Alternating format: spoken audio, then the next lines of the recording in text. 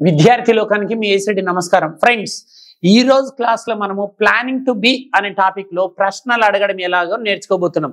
గత వీడియోస్ లో planning to బిని ఏ సందర్భంలో వాడాలో నేర్చుకున్నారు.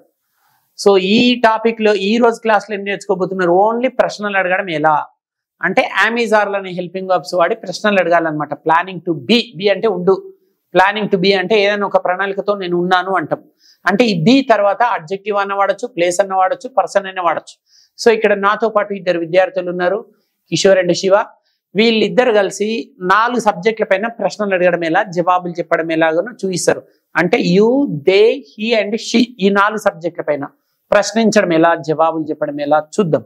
You, are you planning to be in Nalgonda? అంటే నువ్వు నల్గొండలో ఉండే ప్రణాళికతో ఉన్నావా? yes I am planning to be in Nalgonda. అవును, నల్గొండలో ఉండే ప్రణాళికతో ఉన్నాను అని అంటుండు. They, are they planning to be in Nalgonda? yes they are planning to be in Nalgonda.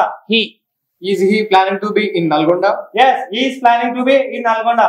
is she planning to be in Nalgonda? yes she is planning to be in Nalgonda. అంటే you, they వచ్చినప్పుడు are తోటి అడిగండి, he, sheet వచ్చినప్పుడు is తోటి అడిగండి.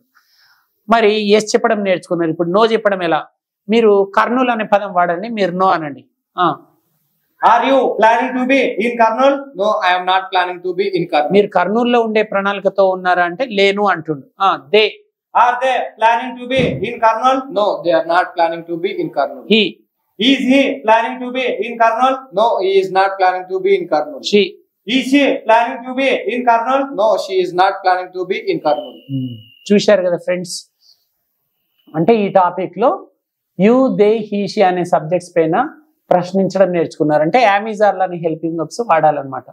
So ఈ class మీకు చక్కగా అర్థమైందని ఆశిస్తూ అతి త్వరలో మరో చక్కటి వీడియోతో మీ ముందుకు వస్తాము. అంతవరకు సెలవు. ఇట్లు విద్యార్థి బృందం మరియు మీ ఏసడి. నమస్కారం.